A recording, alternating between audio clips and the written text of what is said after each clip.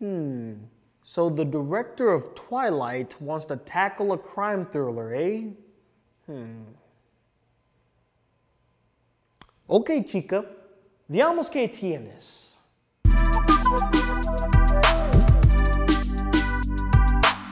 Saludos, damas y caballeros, and welcome to Take Two, a movie review series critiquing the latest films hitting the cinemas and discussing which ones to see and which ones to avoid at all costs.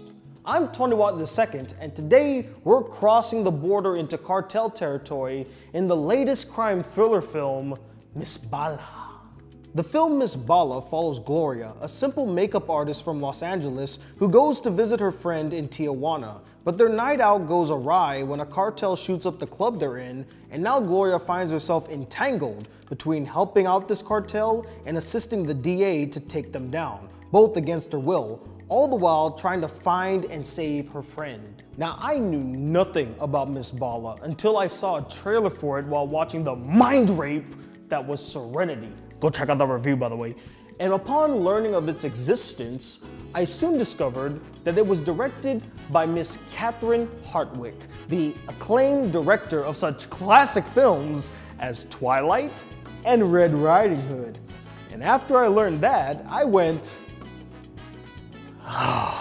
Dios mío, esto va a ser malo. But hey, in all fairness to her, it has been more than a decade since she made vampires twinkle twinkle like little stars.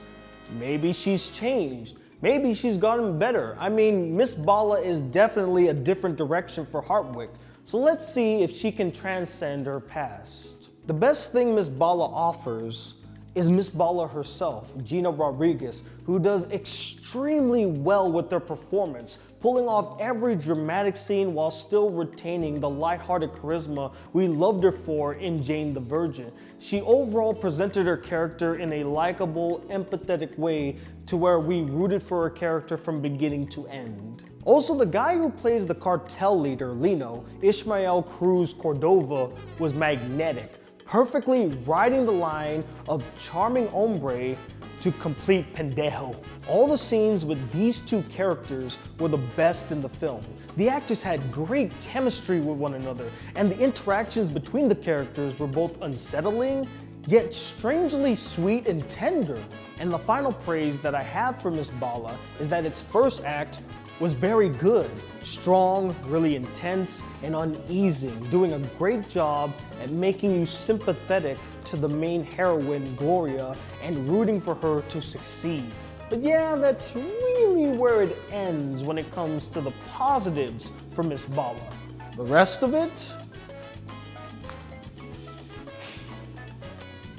Here we go again, huh, Miss Hardwicke? First, the script started off well, but then devolves into a complete mess. I would compare it to a person going out to drink. The first 3 drinks were good. You're having a fun time and everything is going well.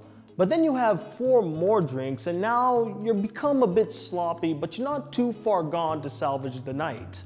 But then you go and chug an entire beer keg and now you've gone completely off the rails and you have no idea what you're doing. The first act, as mentioned prior, was great, a solid setup and a lead that we liked. But then the second act came around and slowed the film's pace to a crawl and dragged out needlessly.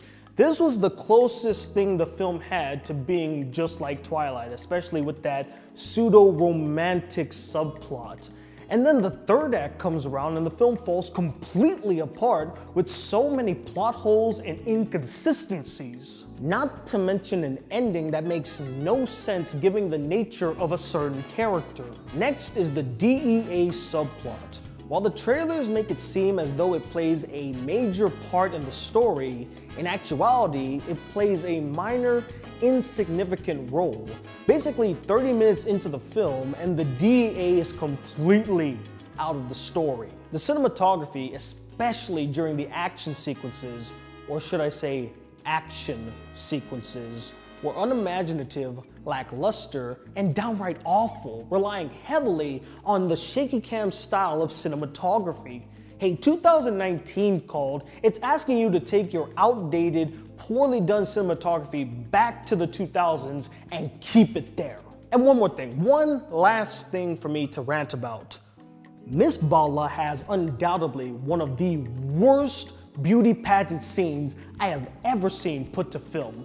Not only because it was unnecessary, but it's barely even a beauty pageant. They don't do anything but just announce the winners. That's the entirety of the beauty pageant. You don't see them showing off their talents, talking about themselves. Hell, what self-respected beauty pageant doesn't even have a swimsuit competition? I mean, come on.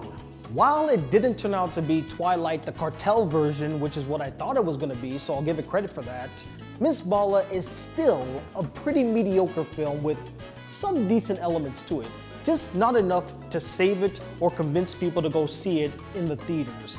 I give Miss Bala dos balas de cinco. And that was my take on Miss Bala. Be sure to share your takes in the comments below. And now it's time to share our favorite comment from last week's Serenity review. This one coming from Bailey Woods, who says, "This video was alright.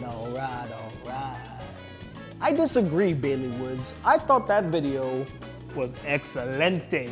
I get it because this film takes place in Mexico. You guys get it, you get it. And if you would like your comment to be featured in next week's episode, be sure to comment below and let us know what you think about this review and the movie Miss Bala. This has been Take 2. I'm Tony Whatley II, and cut!